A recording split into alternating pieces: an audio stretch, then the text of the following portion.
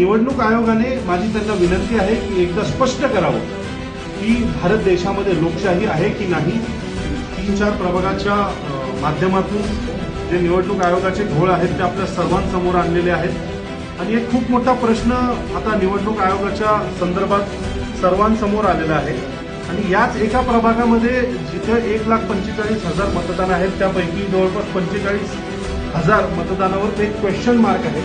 जवळपास 25% मतदान हे बोगस आहेत असा आरोप आमचा इलेक्शन कमिशनवर निवडणूक आयोगावर आहे आणि जर एका प्रभागामध्ये 25% वोटर्स हे बोगस असतील तर निवडणूक कशा पद्धतीने हायजॅक करण्याचा प्रयत्न निवडणूक आयोगाच्या माध्यमातून चालू आहे हे आपल्या सर्वांना दिसतंय आणि निवडणूक आयोगाने माझी त्यांना विनंती आहे की एकदा स्पष्ट करावं की भारत देशामध्ये लोकशाही आहे की नाही।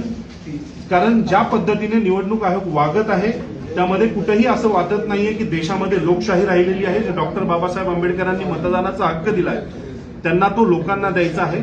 निवडणूक आयोगाने स्पष्टपणे सांगावं की भारत देशामध्ये आता लोकशाही राहिलेली नाही। भारत देशाची वाटचाल ही चायना आणि रशिया सारखी झालेली आहे। तिथं फक्त दंडुकशाही आणि राजेशाही चालेल, लोकशाही इथं चालणार नाही।